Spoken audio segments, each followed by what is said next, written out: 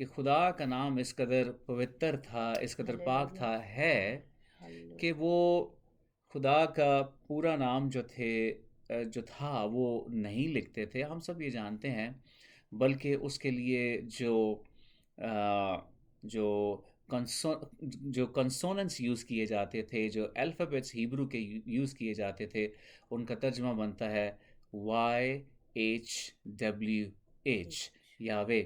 تو وہ پورا نام نہیں لکھتے تھے اس کے ریورنس میں، اس کی پاکیزگی میں. مگر یہ جو پہلا ورڈ ہی اس آیت میں ہمیں ملتا ہے، ہی سینٹ، وہ یہوے الوہیم خدا کے لیے ہے کہ وہ اپنا، یعنی یہوے الوہیم اپنا کلام نازل فرما کر.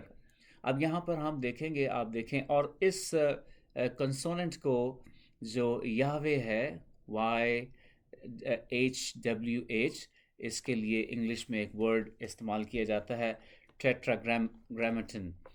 ٹیٹراگرامیٹن اگر آپ کہیں تو اس کا مطلب یہی بنتا ہے کہ جو خدا کے لیے، اسرائیل کے خدا کے لیے ورڈ یوز کیا گیا وہ یاوے ہے. اس کے لیے جو نام یوز کیا گیا وہ ورڈ یاوے ہے. اور جب آپ اس آیت کو پڑھتے ہیں اور شروع میں جیسے انگلش میں یہ اس طرح سے آیت شروع ہوتی ہے، He sent his word and healed them and rescued them from their destruction. تو جو پہلے دو ورڈز ہیں He sent، اردو میں تو ایکچولی اس طرح سے لکھا ہوا ہے، وہ اپنا کلام نازل فرما کر ان کو شفا دیتا ہے. تو یہاں پر اگر ہم جو ہی سینٹ ہے انگلش میں، اگر اس کا ترجمہ دیکھنا چاہیں گے تو وہ اس طرح سے آئے گا، اس طرح سے بنے گا. ہیبرو کی زبان میں اگر اس کا ترجمہ دیکھنا چاہیں گے تو وہ آئے گا وہ نازل. وہ نازل، نازل کے لیے ہم کہہ سکتے ہیں بھیجنا یا بھیجتا ہے.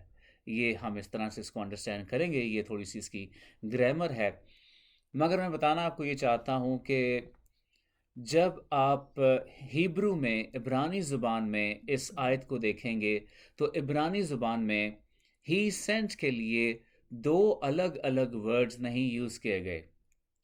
اس کے لیے ایک ہی ورڈ یوز کیا گیا ہے، یزہیل. یزہیل جو ہے اس کا ترجمہ ہی سینٹ بنتا ہے، وہ نازل کرتا ہے. یہ اس کا اردو میں ترجمہ بنتا ہے. وہاں ان دو ورڈز کو الگ نہیں کیا گیا ہے. اور اس کا مطلب کیا ہے؟ اس کا مطلب یہ ہے کہ جو کلام ہے، جو کلمہ ہے، وہ کسی بھی شخصیت کی ذات کا حصہ ہوتا ہے اور وہ اس کی ذات سے جدا نہیں کیا جا سکتا ہے. وہ اگر اس میں سے نکل بھی جائے تب بھی وہ اسی کا حصہ ہے، کیونکہ وہ اس شخص میں سے نکلا ہے جس کا وہ کلام ہے، جس کا وہ کلمہ ہے. اور یہاں پر ہمیں بہت پاورفل تعلیم ملتی ہے، دلیل ملتی ہے اس بات کی کہ خداوند یسوع مسیح جو ہے وہ خدا باپ میں سے نکلا ہے، اور نکلنے کے باوجود اس نے اپنی الوہیت کو کھو نہیں دیا. اپنے خدا ہونے کو اس نے کھو نہیں دیا. کیوں؟ مثال کے طور پر جیسے ڈونلڈ ٹرمپ ہے اور وہ سپیچ کرتا ہے، یا کوئی بھی سپیچ کرتا ہے، اور آج کل ہم دیکھتے ہیں کہ اگر ہمارا جو پریزیڈنٹ ہے ڈونلڈ ٹرمپ امریکہ کا، جب وہ سپیچ کرتا ہے تو وہ جو اسے نہیں چاہتے، اسے نہیں پسند کرتے، جو اس کے اگینسٹ ہیں، وہ اس کے ورڈز کو لے کر جو اس نے کہے ہیں، وہ اس کے ورڈز کو بریک کر لیتے ہیں، توڑ لیتے ہیں، توڑ کے پیش کرتے ہیں. اور جہاں پر جن لفظ کے خلاف انہوں نے میڈیا نے، فیک میڈیا نے، یا کسی نے بھی جو ڈونلڈ ٹرمپ کے خلاف ہیں، وہ ان ورڈز میں سے، ان لفظوں میں سے کچھ خرابی نکال لیتے ہیں، کچھ اعتراض نکال لیتے ہیں، کچھ برائی نکال لیتے ہیں، کیونکہ ان کا مطلب یہ ہوتا ہے کہ جو کچھ اس کے منہ سے نکلا ہے وہ اسی کا حصہ ہے، وہ اس میں سے نکلا ہے. نکل جانے کے باوجود وہ ورڈز، وہ لفظ اس سے جدا نہیں ہوئے ہیں. I'm sorry.